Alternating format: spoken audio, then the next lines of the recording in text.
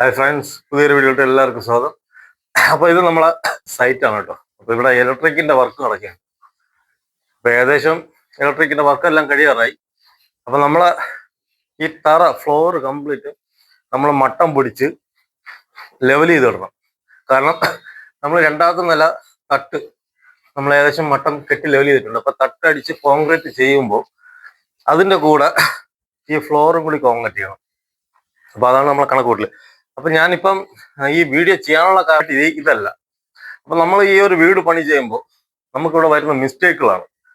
അത് structure work plan വരച്ച് പ്ലാനിൽ ചെയ്യുമ്പോൾ വരുന്ന കുറച്ച് മിസ്റ്റേക്കുകളാണ്. അപ്പൊ അത് നമ്മൾ ഇന്ന് ക്ലിയർ ചെയ്യാൻ പോവുകയാണ്. അപ്പൊ ആ മിസ്റ്റേക്ക് എന്തൊക്കെയാണെന്ന് ഞാൻ കാണിച്ചു തരാം. നമ്മൾ ഏതൊരാളുടെയും മെയിനായിട്ട് ഈ വീടൊക്കെ വെക്കുമ്പോൾ ഈ സ്ത്രീകൾക്ക് ഏറ്റവും കൂടുതൽ മെയിനായിട്ട് അവർ നോക്കുന്ന ഒരു കാര്യമാണ് കിച്ചൺ. അപ്പോൾ ഈ വീട്ടിലെ കിച്ചൺ എന്ന് പറയുന്നത് ഇതാണ് കിച്ചൺ. ഇത്രയേ ഉള്ളൂ. അപ്പം കിച്ചൺ നോക്കിയപ്പോൾ ഏകദേശം കുറച്ച് അതായത് കിച്ചൺ വലിയ സ്പേസ് കിട്ടുന്നില്ല. കാരണം ഇവിടെ ഒരു 2 സ്ലാബ് എൽ മോഡലിൽ സ്ലാബ് വരും. ഈ സ്ലാബ് വരുമ്പോൾ ഇവിടെ കിച്ചണ് വളരെ ചെറുതുപോലെ ഫീൽ ചെയ്യുന്നുണ്ട്. അപ്പം പ്ലാനിൽ കൊടുത്തിരിക്കുന്ന അതേ അളവിലാണ് നമ്മൾ ഇവിടെ ചെയ്തിരിക്കുന്നത്. അപ്പൊ നമ്മളിപ്പോ ഇവിടെ ചെറിയൊരു മാറ്റം വരുത്തിയാണ്. അതായത് ഈ ഒരു ജന്നൽ ഇതൊരു ഡൈനിങ് ഹാളാണ്. അപ്പോൾ ഈ ഒരു ജന്നൽ നമ്മൾ ഇവിടെ നിന്ന് പൊളിച്ച് ഇങ്ങോട്ട് മാറ്റും. ഇവിടെ മാറ്റിയാണ്. രണ്ടാമത് ഈ ഒരു ഡോറ്, ഈ ഒരു കിച്ചണിൽ നിന്ന് പുറത്തോട്ട് ഇറങ്ങാനുള്ള ഡോറ് നമ്മൾ ഈ ജന്നലിരിക്കുന്ന ഈ സ്ഥലത്താക്കും. അപ്പൊ ഈ സ്ഥലത്താക്കുമ്പോൾ നമുക്ക് ഈ ഡോറിന്റെ ഇത്രയും സ്പേസും കൂടി നമുക്ക് ഇവിടെ കിട്ടും. ഇപ്പൊ അതാണ് നമ്മൾ കണക്കൂട്ടി വെച്ചിരിക്കുന്നത്. കാരണം അല്ലാന്നുണ്ടെങ്കിൽ നമുക്ക് ഈ ഒരു ഭിത്തി കംപ്ലീറ്റും പൊളിക്കണം. ഇത് പൊളിച്ചതിന് ശേഷം ഇവിടെ സെപ്പറേറ്റ് ഒരു ബേസ്മെന്റ് ചെയ്ത് ഇങ്ങോട്ട് മാറ്റണം. അപ്പൊ ഇങ്ങോട്ട് മാറ്റുമ്പോൾ വരുന്ന കുഴപ്പങ്ങളെന്ന് വെച്ച് കഴിഞ്ഞാൽ, ഒന്ന് ഈ ജന്നൽ മാറ്റണം, 2 ഈ ഒരു കട്ടള ഇവിടെ നിന്ന് മാറ്റണം, പിന്നെ ഈ ഇലക്ട്രിക്കിന്റെ പൈപ്പും ലൈനും കംപ്ലീറ്റ് മാറ്റണം. അപ്പൊ ഇത് ഇപ്പോഴാണ് ക്ലയന്റ് നമ്മുടെ അടുത്ത് പറഞ്ഞു, ഈ ഒരു അഭിപ്രായം നമ്മുടെ ചോദിച്ചു. അപ്പൊ അത് ഇരട്ടി ചെലവാണ്. കാരണം ഒരുപാട് നഷ്ടം ക്ലയന്റിന് വരും. അപ്പോൾ ഞാൻ പറഞ്ഞു നമുക്കൊരു കാര്യം ചെയ്യാം, ഈ ഒരു ഡോർ എടുത്ത് അപ്പുറത്താക്കുമ്പോൾ നമുക്ക് ഇത്രയും സ്പേസ് കിട്ടും. കാരണം ഇത് ഡോർ തുറന്ന് ഇങ്ങനെ വെക്കുമ്പോൾ നമുക്ക് ഇത്രയും സ്പേസ് വേസ്റ്റ് ആണ്. അപ്പൊ ആ ഡോർ കട്ടള അവിടെ നിന്ന് മാറ്റി കഴിഞ്ഞാൽ നമുക്കിവിടെ ഫ്രിഡ്ജ് അങ്ങനെ എന്തെങ്കിലുമൊക്കെ വെച്ച് സംഗതി ഒതുങ്ങിയിരിക്കും. അതുപോലെ തന്നെ ഈ ഒരു ജന്നൽ കാരണം അതായത് ഇവിടെ നിങ്ങൾക്ക് കാണുമ്പോൾ തന്നെ അറിയാം ഫുൾ ഇരുട്ടാണ്. അതായത് അപ്പുറത്തെ സൈഡിൽ വേറൊരു ബിൽഡിംഗ് ഉണ്ട്. അപ്പൊ ഈ ഒരു ജന്നൽ സത്യത്തിൽ നമുക്ക് ഉപയോഗമില്ല. അപ്പോ ഈ ഒരു ജന്നല് നേരെ ഈ സെന്റർ കണക്കാക്കി വെച്ച് കഴിഞ്ഞാൽ അപ്പുറത്ത് കുറച്ച് സ്പേസ് ഉള്ളത് കൊണ്ട് നമുക്ക് കുറച്ച് വെട്ടം കിട്ടും. ഇപ്പൊ അതാണ് നമ്മൾ പ്ലാൻ ചെയ്തിരിക്കുന്നത്. കാരണം നമ്മൾ വർക്ക് ചെയ്യുമ്പോൾ എക്സ്ട്രാ വരുന്ന വർക്കുകളാണ് ഇതൊക്കെ.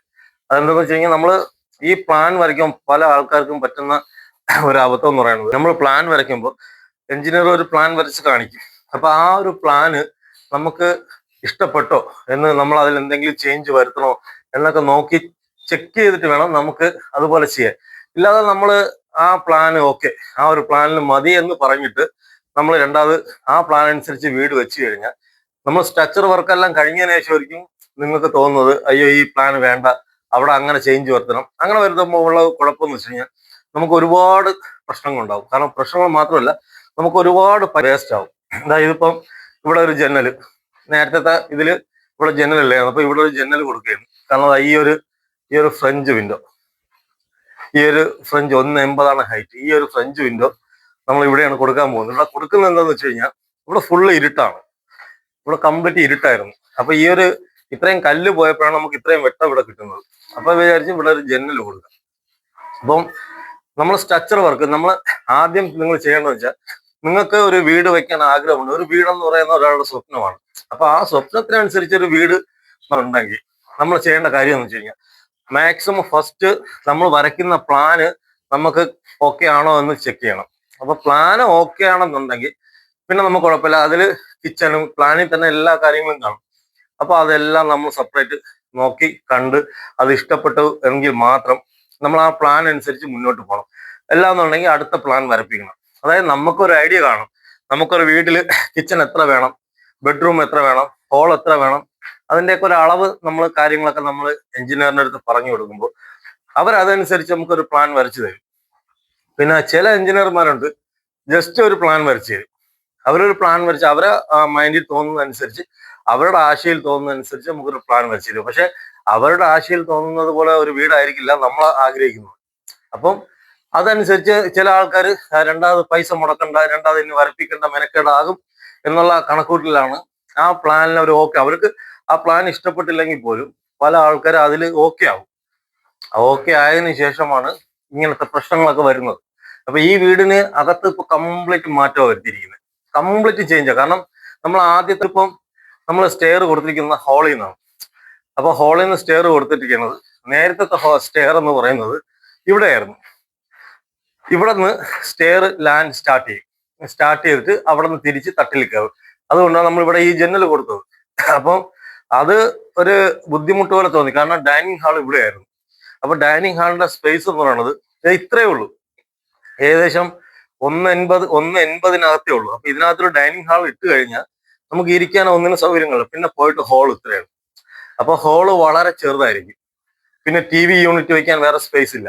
അങ്ങനെയാണ് ഞാൻ ഈ ഒരു ഐഡിയ ഞാൻ എൻ്റെതായിട്ട് ഞാൻ പറഞ്ഞത്. ഞാൻ പറഞ്ഞത് നമുക്കൊരു കാര്യം ചെയ്യാം, ഈ ഒരു കാണുന്ന പോർഷൻ നമുക്ക് ഡൈനിങ് ഹാൾ വെക്കാം, സ്റ്റെയർ നമുക്ക് ഇവിടെയും കൊടുക്കാം. ഇങ്ങനെ കൊടുക്കുമ്പോൾ നമുക്ക് ഈ കിച്ചണിൽ നിന്ന് ഇത്രയും സ്പേസ് ഡൈനിങ് ഹാളിൽ കിട്ടും.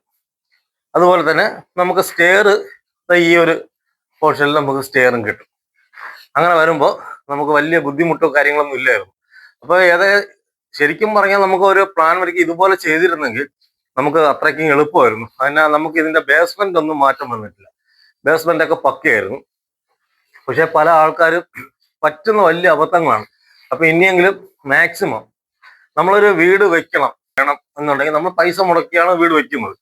അപ്പോൾ അത് നമ്മൾ പൈസ മുടക്കുന്ന പൈസയ്ക്ക് നമ്മൾ എങ്ങനെയെങ്കിലും ഒരു വീട് വെച്ചിട്ട് പിന്നീട് ഇരുന്ന് നമ്മൾ വിഷമിച്ചിട്ട് യാതൊരു കാര്യമില്ല. അതുകൊണ്ട് ചെയ്യുമ്പോൾ അതിൻ്റെതായിട്ടുള്ള രീതിക്ക് തന്നെ ചെയ്യാൻ നോക്കണം. സ്ട്രക്ചർ വർക്ക്, നമുക്ക് സ്ട്രക്ചർ വർക്ക് കംപ്ലീറ്റ് ആയി കഴിഞ്ഞാൽ പിന്നെ നമുക്ക് വേറെ ചേഞ്ച് ഒന്നും വരുത്താൻ പറ്റില്ല. അങ്ങനെ വരുത്തി കഴിഞ്ഞാൽ നമുക്ക് ഒരുപാട് നഷ്ടങ്ങളായിരിക്കും വരുന്നത്. അപ്പം നമ്മൾ സ്ട്രക്ചർ വർക്ക് തുടങ്ങുന്ന മുമ്പേ ആ പ്ലാന് നമുക്ക് ഓക്കെ ആണ് എന്ന് നമ്മൾ ഉറപ്പിക്കണം. ഉറപ്പിച്ചതിന് ശേഷം മാത്രമേ നമ്മൾ സ്ട്രക്ചർ വർക്കിലോട്ട് പോകാവുള്ളൂ. ഇല്ലാന്നുണ്ടെങ്കിൽ ഇതുപോലെ ഒരുപാട് നഷ്ടങ്ങൾ വരും. നഷ്ടം എന്ന് വെച്ച് കഴിഞ്ഞാൽ എന്റെ കണക്കും പ്രകാരം ഇപ്പൊ ക്ലയന്റിന് ഇവിടെ ഒരുപാട് നഷ്ടം വന്നിരിക്കുന്നു. കാരണം ഇത് പൊളിക്കണം, അത് പൊളിക്കണം, അങ്ങനെ ഒരുപാട്. ഇവിടെ ഒരു ബാൽക്കണി ഇല്ലായിരുന്നു. അങ്ങനെയാണ് നമ്മൾ ഈ കാണുന്ന സ്റ്റെയറിന്റെ അവിടെ ഒരു ബാൽക്കണി സെറ്റ് ചെയ്തത്. അപ്പൊ ഇതിന്റെ ഫുൾ ആയിട്ടുള്ള വീഡിയോ ഞാൻ അടുത്ത ഇതിലിടും. അതുകൊണ്ട് മാക്സിമം എല്ലാവരും വളരെ ശ്രദ്ധിക്കേണ്ട കാര്യം, വീടെന്ന് പറയാൻ നമ്മൾ കൊടുക്കുന്ന പൈസയ്ക്ക് അനുസരിച്ച് ഒരു വീട് വെക്കണമെങ്കിൽ നമ്മൾ മാക്സിമം അത് ചിന്തിച്ച്, വീട് പണിയിൽ എടുപടി എന്നും പറഞ്ഞ് എടുത്തു ചാടി ഒരു തീരുമാനം എടുക്കാതെ നമ്മൾ വളരെ സാവധാനത്തിൽ ആലോചിച്ച് സമയമെടുത്ത് നമുക്ക് പ്ലാൻ എല്ലാം ഓക്കെ ആണ് എന്നുണ്ടെങ്കിൽ മാത്രം ഒരു വീട് പണിയാൻ ഇറങ്ങണം. അല്ല എന്നുണ്ടെങ്കിൽ ഇതുപോലെ നഷ്ടം വരാതിരിക്കാൻ വേണ്ടിയാണ് ഞാൻ പറഞ്ഞത്. അപ്പൊ ഈ വീഡിയോ നിങ്ങൾക്ക് ഉപകാരപ്പെട്ടതാണെങ്കിൽ നിങ്ങൾ ഇത് കമന്റ് ആയിട്ട് എന്നെ അറിയിക്കാം. എന്തെങ്കിലും അഭിപ്രായ വ്യത്യാസം ഉണ്ടെങ്കിൽ നിങ്ങൾക്ക് എന്നെ അറിയിക്കാം, ഞാൻ റിപ്ലൈ തരുന്നതായിരിക്കും. അപ്പോൾ വീഡിയോ ഇഷ്ടപ്പെട്ട സപ്പോർട്ട് ചെയ്യുക. അപ്പോൾ താങ്ക്സ് ഫോർ വാച്ചിങ്.